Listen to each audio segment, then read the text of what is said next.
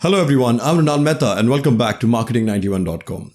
We provide management and marketing training to students and professionals worldwide through our courses, videos and community. This video is part of our comprehensive take on the gamut of human resource management. Let's start with the gamut of job enrichment. Job enrichment is a process of improving a certain job to make it more satisfying and motivating. Job enrichment increases the variety of duties one can undertake and the skills one can learn. As a result, the work is more exciting and stimulating, and the everyday activities become more varied, challenging, and in-depth. Moving forward, how does job enrichment work? First, group the task into coherent units. Employees are hired in an organization to fulfill its objectives. Each employee is accountable for carrying out a specific set of tasks that advance towards a bigger goal. It is unfamiliar if a single individual is in charge of a complete process from beginning to end, as in each individual has their own purpose. The logic is to combine several job tasks and arrange them in a rewarding way to help the employees find purpose in their work. Moving forward, at number 2, give the situation some importance and significance. Employees may feel their work is not acknowledged or noticed when they are in charge of a minor aspect of the process.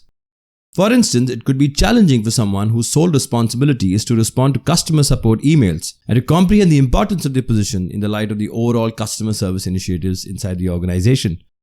This is the rationale why companies are widely embracing job enrichment so that this doesn't result in boredom for the employee.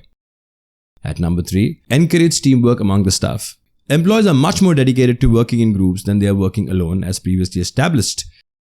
Teams also benefit from job enrichment even though it happens at an individual level. This is how the Kaizen technique gave rise to the idea of quality circles. As a result, the most efficient resolutions or methods are more likely to come from employees that regularly get together and bond and vibe well. At number 4 is encourage proactive feedback. Feedback is one of the leading forces of change in job enrichment programs. This should be promoted among teams as well as between employees and managers. Make it a point to encourage supervisors to provide insightful feedback to their subordinates is a must. This is particularly important for duties that may not have much expertise with.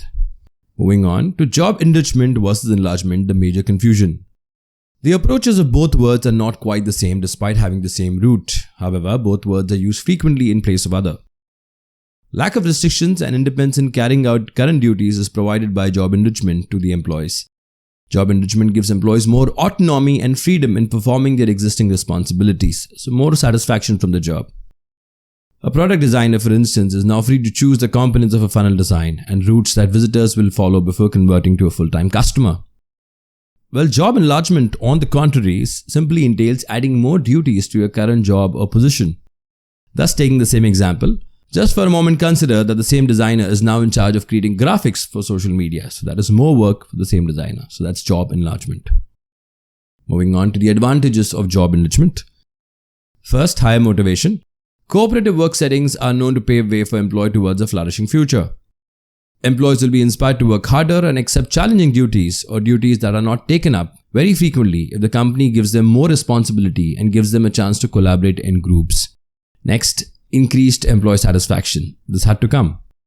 To entice new talent, you might guarantee a stimulating job atmosphere, but delivering on this promise is also important, especially when you have a larger workforce. Giving individual attention to each employee becomes difficult.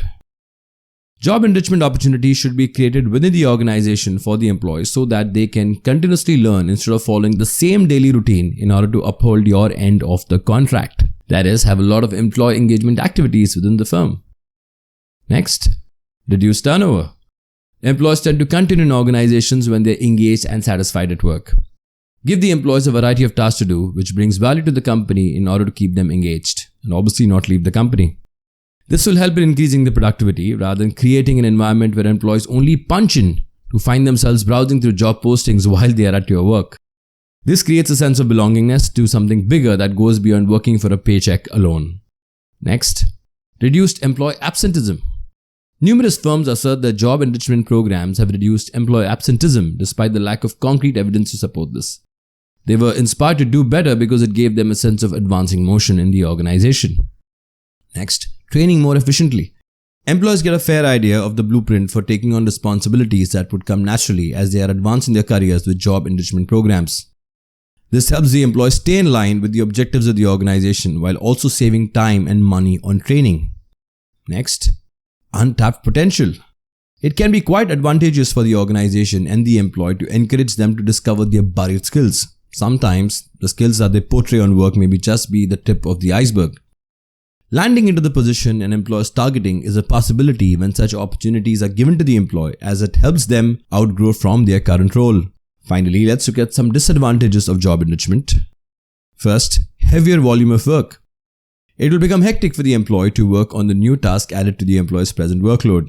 Next, lack of participation. Presuming that every employee will show the willingness to work in new manners is not advisable. And finally, the gamut of micromanagement. Employees and management must collaborate closely in order to take up new tasks. So that's it, folks. This brings an end to the topic on job enrichment. These are the list of sources and links referred to for our content in the video.